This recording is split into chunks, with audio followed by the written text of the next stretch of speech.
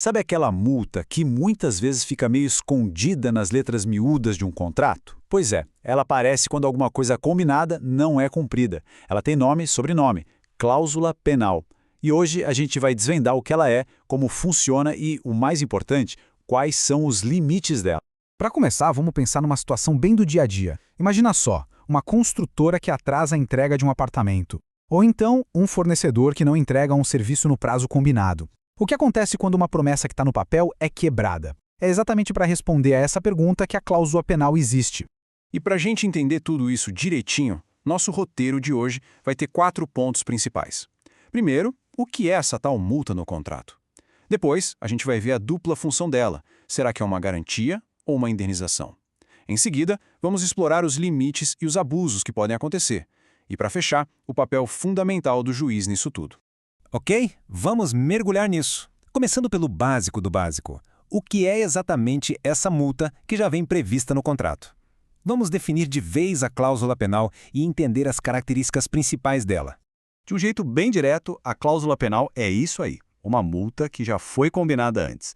As partes do contrato entram num acordo, antes de qualquer problema aparecer, sobre qual vai ser a consequência financeira se alguém pisar na bola. É tipo estabelecer as regras do jogo desde o início, sabe? Agora, o que é bem interessante aqui são as 4 regrinhas para essa multa valer de verdade. Primeiro, ela é acessória, ou seja, ela depende do contrato principal. Se o contrato não vale nada, a multa também não vale. Segundo, consensual. Todo mundo tem que concordar com ela. Terceiro, ela precisa ser expressa, tem que estar lá escrita, bem clara. E por último, é condicional. Ela só entra em campo se alguém realmente não cumpriu o combinado. Vamos para a segunda parte, que aqui o negócio começa a ficar mais profundo, é aqui que a coisa fica mais interessante, porque a cláusula penal não tem uma função só, não. Ela pode funcionar de 2 maneiras bem diferentes, ou como uma garantia, ou como uma indenização. Esse slide aqui mostra perfeitamente essa dupla personalidade. Como garantia, a multa serve para dar uma punida e, ao mesmo tempo, incentivar que o acordo seja cumprido. Já como indenização, ela meio que já calcula antes quantos seriam as perdas e danos, aí evita a briga depois. A grande diferença, uma pode ser somada ao que já era devido, a outra substitui essa obrigação.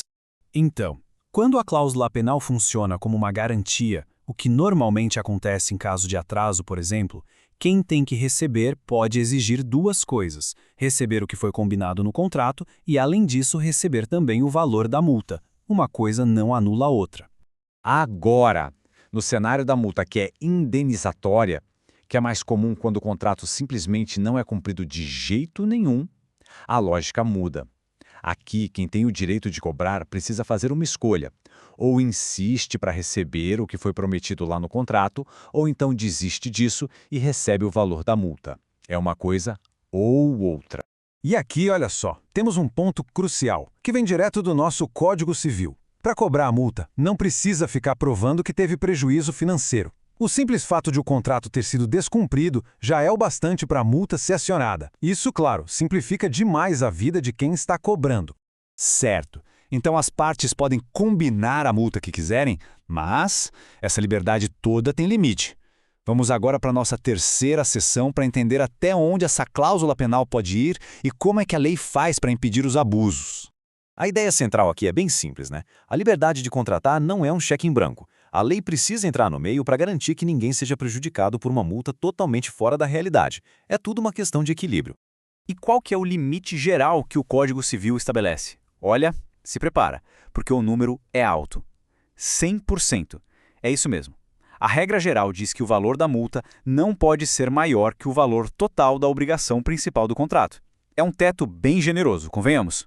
Mas esse gráfico aqui mostra muito bem como a legislação mais nova é bem mais rigorosa. Enquanto a regra geral deixa ir até 100%, algumas leis específicas vêm para proteger o lado mais fraco da história.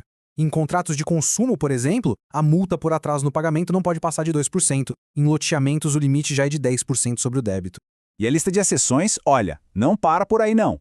Pensa em taxa de condomínio, na compra de um imóvel na planta, no cancelamento de um pacote de viagem ou naqueles contratos de banco. Cada setor tem sua própria regra e quase sempre com limites bem menores que a regra geral. Fica bem clara a tendência da lei de proteger as pessoas de multas abusivas.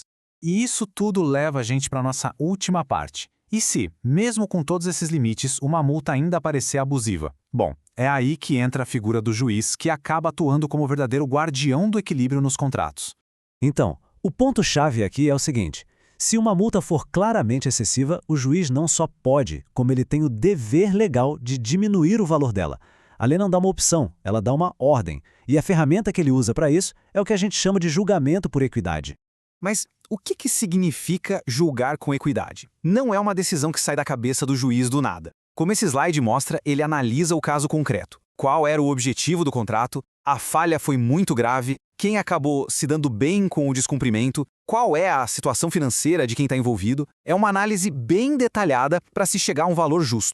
E existem alguns sinais bem claros de que uma multa pode ser abusiva. Por exemplo, quando calculam a multa sobre o valor total do contrato, mas só uma pequena parte não foi paga. Ou quando não reduzem o valor da multa, mesmo que a pessoa já tenha pago uma parte.